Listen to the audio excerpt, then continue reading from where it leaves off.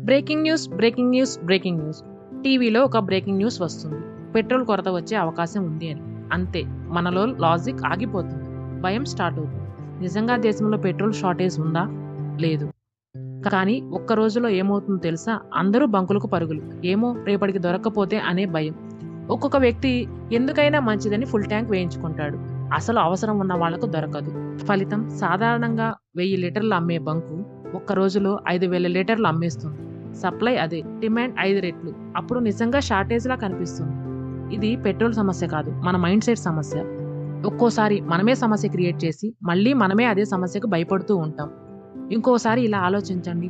మీకు అవసరమైతే మాత్రమే తీసుకోండి. భయంతో కాదు, బుద్ధితో పని చేయండి. ఎందుకంటే దేశాన్ని కష్టంలో పెట్టేది కొరత కాదు, కంట్రోల్ లేని ప్యానిక్. ఫేక్ న్యూస్ కి బలి అవ్వకండి. నిజం తెలుసుకోండి. అప్పుడే మనం సేఫ్, మన దేశం సేఫ్.